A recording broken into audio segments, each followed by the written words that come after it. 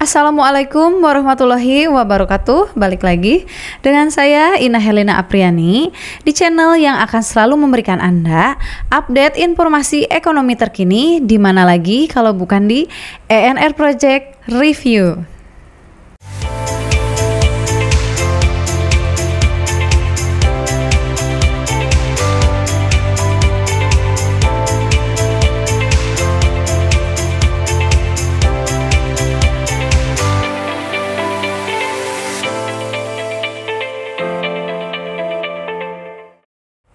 Buat Anda yang baru melihat video dari ENR Project Review, jangan lupa untuk menekan tombol subscribe serta tombol loncengnya ya. Ayo kita sama-sama dukung channel ini supaya bisa lebih berkembang lagi. Nah, kali ini kita akan membuat video mengenai pertanyaan yang sering muncul di video mengenai KUR BRI 2022 beserta jawabannya yang sesuai dengan kapasitas saya. Tanpa berlama-lama, langsung saja kita ke videonya. Check this out. Tonton video ini sampai habis supaya Anda mendapatkan informasi secara menyeluruh. Oke? Pertanyaan berikut ini sudah saya rangkum dari beberapa video di channel ini mengenai kredit KUR tahun 2022 dari BRI. Nah, diantaranya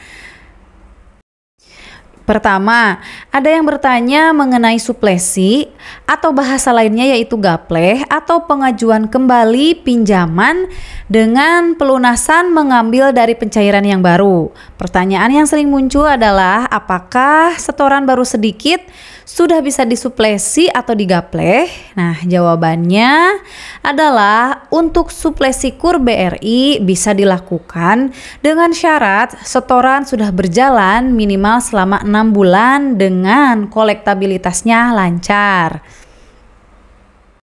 Ini artinya jika dalam waktu 6 bulan terjadi tunggakan 1 atau 2 bulan, maka setorannya wajib dilancarkan terlebih dahulu selama minimal 6 bulan. Nah, dalam situasi lain, di beberapa unit kerja terkadang pemimpin unitnya itu menerapkan kebijakan wajib mengangsur setengah dari jangka waktu kredit untuk bisa dilakukan suplesi.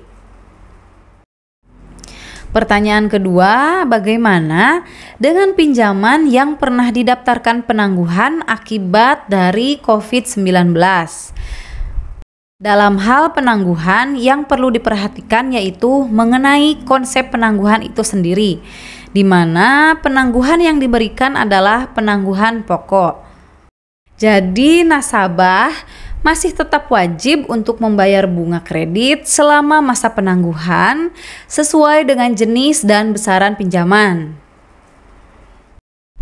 Jika dalam masa penangguhan pembayaran bunganya lancar, maka kredit nasabah bisa disuplesi asalkan sudah melewati syarat 6 bulan lancar. Akan tetapi, jika dalam masa penangguhan pokok nasabah tidak membayar bunga sama sekali atau ada setoran bunga yang terlewat, maka pinjaman tidak bisa disuplesi. Alias harus dilunasi dulu dari nasabah atau setorannya dilancarkan dahulu minimal 6 bulan. Nah, satu lagi yang hampir terlewat. Proses suplesi ini bisa dilakukan dengan mempertimbangkan limit pinjaman KUR yang sudah diterima nasabah tersebut. Pertanyaan kedua yang sering muncul di video mengenai KUR di channel ENR Project Review mengenai jaminan. Apakah bisa mengajukan KUR tanpa jaminan dan saya hanya seorang karyawan yang belum memiliki usaha? Jadi gini guys, seperti yang sudah sering saya bahas di video-video mengenai KUR di channel ini, sudah sangat jelas dalam Permenko RI, yaitu KUR adalah kredit program pemerintah untuk nasabah-nasabah yang layak dibiayai kredit akan tetapi belum memiliki agunan atau belum bankable. Yang perlu diperhatikan adalah tingkat kelayakan usaha dari calon peminjam. Syarat utama dari kredit KUR adalah adanya usaha yang layak yang akan dibiayai kredit. Jadi, jika calon peminjam sudah cukup umur yaitu 21 tahun, memiliki usaha yang layak dibiayai kredit, sudah berjalan minimal 6 bulan dan digunakan untuk menambah modal usaha, itu sudah cukup untuk diajukan KUR. Dalam hal ini, jika nasabah memiliki agunan berupa surat tanah atau BPKB kendaraan, sebenarnya nasabah itu tidak layak menerima KUR karena sudah bankable.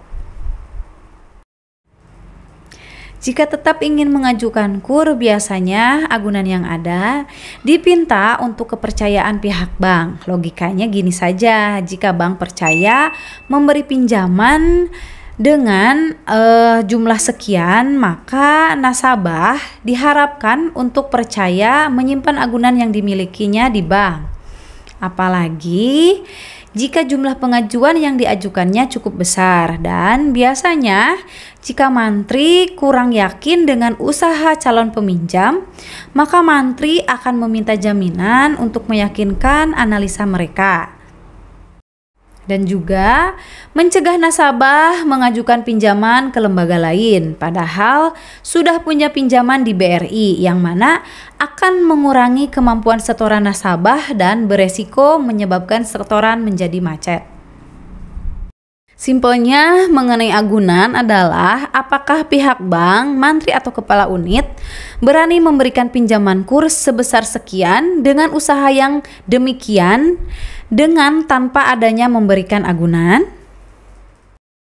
Pertanyaan ketiga nih yang sering muncul juga adalah mengenai limit pinjaman KUR.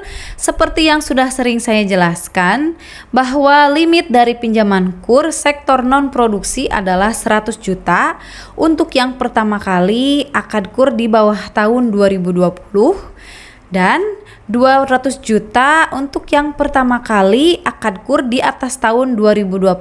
Tetapi yang perlu digarisbawahi adalah maksimal pencairan dalam satu kali pengajuan adalah 100 juta.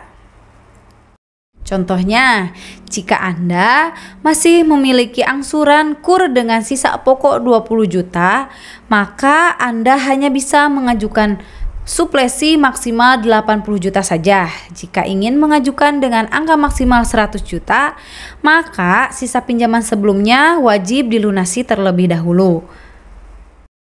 Oke, bagaimana jika limit pinjaman sudah tidak memadai? Biasanya pengajuan KUR akan di-switch dengan cara orang kedua maju menjadi orang pertama. Nah, dengan catatan yang bersangkutan memiliki usaha dan tidak sedang menerima program kredit subsidi lain dari pemerintah atau SIKP hijau. Nah, solusi yang kedua, jika pengajuan KUR sudah limit dan calon debiturnya adalah single, maka diwajibkan pindah ke pinjaman Kupedes. Pertanyaan terakhir yang sering muncul adalah mengenai pinjaman atau besaran plafon yang diminta. Contohnya seperti ini, Kak, saya baru mengajukan KUR, apakah bisa langsung mengajukan KUR 100 juta? Jawabannya adalah semuanya tergantung dari analisa mantri yang melakukan survei terhadap calon peminjam. Tidak menutup kemungkinan bagi nasabah yang layak dan memenuhi syarat bisa langsung menerima kredit KUR maksimal di angka 100 juta. Tapi jika menurut mantri dan kepala unit, calon peminjam belum layak diberikan kredit seperti yang sudah diajukan dan memberikan nominal maksimal kredit yang bisa diberikan, maka calon peminjam harus bijak untuk mengambil atau menolak pinjaman yang diberikan oleh pihak bank. Mungkin itu saja video kita kali ini. Semoga bermanfaat dan dapat menambah pengetahuan Anda. Jika masih ada pertanyaan lain yang belum kita bahas, silahkan tulis di kolom komentar ya. Jangan lupa like video ini, share ke teman-teman Anda. Selamat menunaikan ibadah puasa bagi kita semua umat muslim yang menjalankannya. Semoga puasa kita diterima Allah Subhanahu wa Ta'ala dan diberikan kelancaran sampai dengan Idul Fitri nanti. Sekali lagi, subscribe bagi yang belum. As always, tetap semangat mencari rejeki. Wassalamualaikum warahmatullahi wabarakatuh. See you.